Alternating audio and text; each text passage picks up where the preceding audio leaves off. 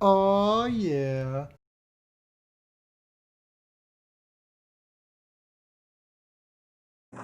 Which will be posted on the StevensvilleGamers channel. You can find me on Twitch at WarCrimeZuWoo, where you probably are right now, or you can find me on the podcast Gutshot with my co-host Aggressive Rhetoric, where we talk all things magic every week. Find us on your favorite streaming platform, on YouTube, wherever. But let's just get right into it. We are going to be talking about a budget best of one standard deck tech that me and Mike have been testing out for the new meta. It includes a lot of cards from previous sets. In fact, only, I believe, 2 cards from the newest set. So if you've been playing for a while, you likely already have most of this. And it's just a good way to jump into standard right now and not have to worry about crafting a lot of new cards. So you can sort of play some games and save up your wild cards for what you really want to craft to play this season. And that deck is Mono Black Devotion. So we're just going to hop right into it. I'm going to go up the curve from 1 drops to 5 drops, and then we're going to talk about the lands. So firstly, the 1 drops, 4 Duress, 3 Foulmire Knight. So Cat Combo's banned, and we have lost Gutter Bones to rotation. So in terms of 1 drops, we're going a little bit more into the hand control. Any standard deck is going to play non-creature spells. You're not going to whiff Duress 90% of the time. It's going to hit something. And usually it's going to slow your opponent down to the point where you can at least have a couple creatures out, which is what you need. You want to have 1 or 2 creatures out by the time that you're casting Gary. So if you're stopping their removal with Duress and being able to continue to play creatures, you're going to get ahead to that point in the game that you want where you can cast Gary. So Duress is our sort of poor man's Thoughtseize for standard, since Thoughtseize is only legal in historic. And then 3 Foulmire Knight is the number we settled on. You know, the best 1 drops have either rotated or been banned out of black. But Foulmire Knight is alright. You can play it as just a 1/1 Death Touch for a black, or later in the game when you top deck it, you can get some more cards in your hand. You can play that Profane Insight Adventure.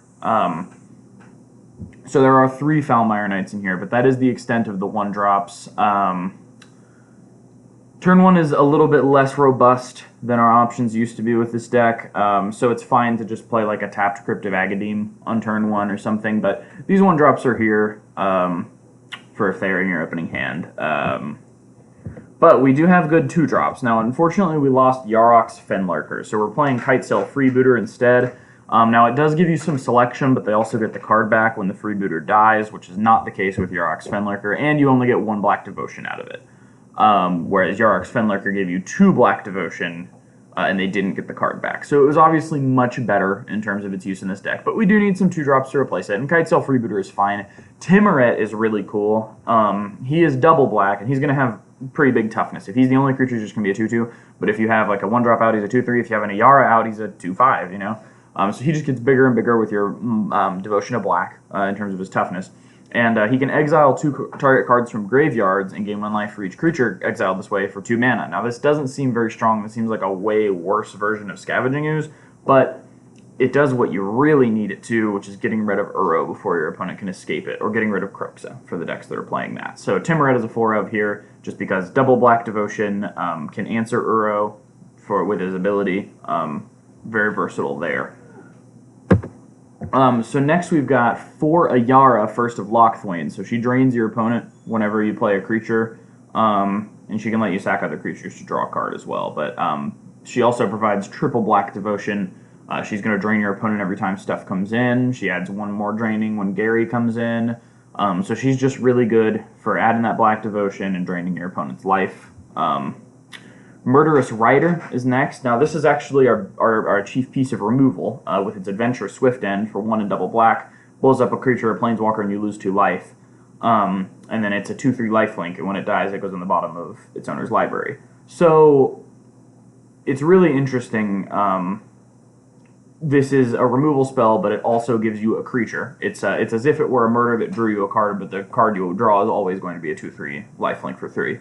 Which is not the best, but it's fine against aggro, and it does add Devotion. So after you use this to remove something, you can add some Devotion with it later. See if your opponent removes it. It's a great 2-for-1. And this deck lacks, it has burst potential, but it lacks value sometimes. So this 2-for-1 will be really helpful in sort of eking out value against decks that are better at doing that.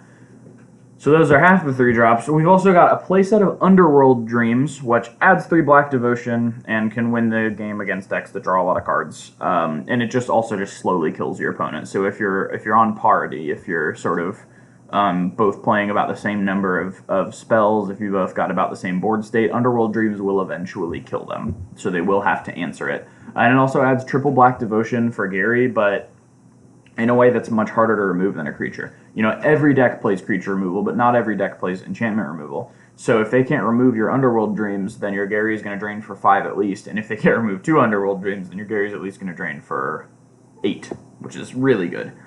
And then we've got Veto, Thorn of the Dusk Rose. Whenever you gain life, target opponent loses that much life. You're not going to be activating it to give your guys lifelink that often, but the big thing that Veto is in here is for the combo with Gary. You play Gary, drain for 7 or whatever. Veto doubles that draining, so now you're draining for 14. So yeah, we are playing 3 Veto for that reason. On to the 4 drops and 5 drops. We've got 2 Erebos, the Bleak-Hearted. He can become a god, obviously, pretty easily in this deck. Your goal is to get Black Devotion, so him plus an Ayara plus anything else, or him plus an Underworld Dreams plus anything else. He lets you pay life to draw cards when your guys die. Maya, wait, I'm recording something. She always has to go to the bathroom right when I start recording. And he's also just a 5/6 indestructible creature, if you can turn him into a creature. So, Erebos is in here for obvious reasons. It's just a 2 of, because we don't want to have him be unplayable to the Legend rule. And then, of course, for Grey Merchant of Asphodel, it's no secret, you want to take your opponent on a trip to Gary, Indiana. Most powerful card in the deck. It's what the deck is built around, and you should be using it to finish out most games.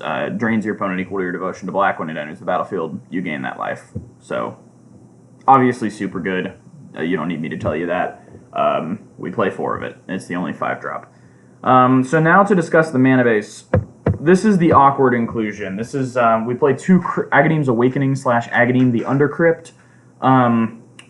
Return from your graveyard any number of target creature cards that each have different converted mana cost X or less, and it's X and triple black. Or it can come in tapped unless you pay 3 life and just be a land that taps for black.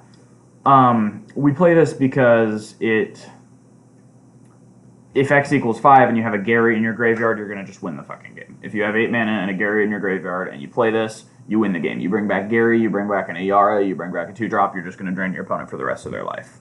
Excellent. You wouldn't just play it if it didn't have a land on the other side, though. We have found in testing that the 3 life really is not enough of a deterrent. You can just play it tapped on turn 1 or whatever if you really need to. And the late game burst that comes from casting this spell and just winning the game is well worth one of your lands having to make you pay 3 life to have it come in untapped. So we play 2 copies of this, and you just want to draw one in those really long games where your graveyard is full of creatures and you've got a Gary in there. So that's Agadeem's Awakening and Agadeem the Undercrypt. We play 4 Castle Lochthwain and 18 Swamps. Castle Lochthwain, of course, is a little bit of a card draw engine for late in the game. This deck is not super great at generating value, and sometimes you just need to find a Gary as quickly as possible to finish the game out, and Castle Lochthwain will help you be able to do that. And then you've got 18 Swamps. It's a mono black deck. You need Swamps. So that has been the deck tech. I know this has been a short video, but hopefully it'll be helpful to you. Let me know in the comments what you want me to do a deck tech on next. I've been playtesting a lot of different decks for the standard format, and I think there's sort of a robust array of options. So let me know what y'all are excited for, and that's what I'll do next. But yeah, thank you for watching, and I hope you have a wonderful day. The world is better for having you in it.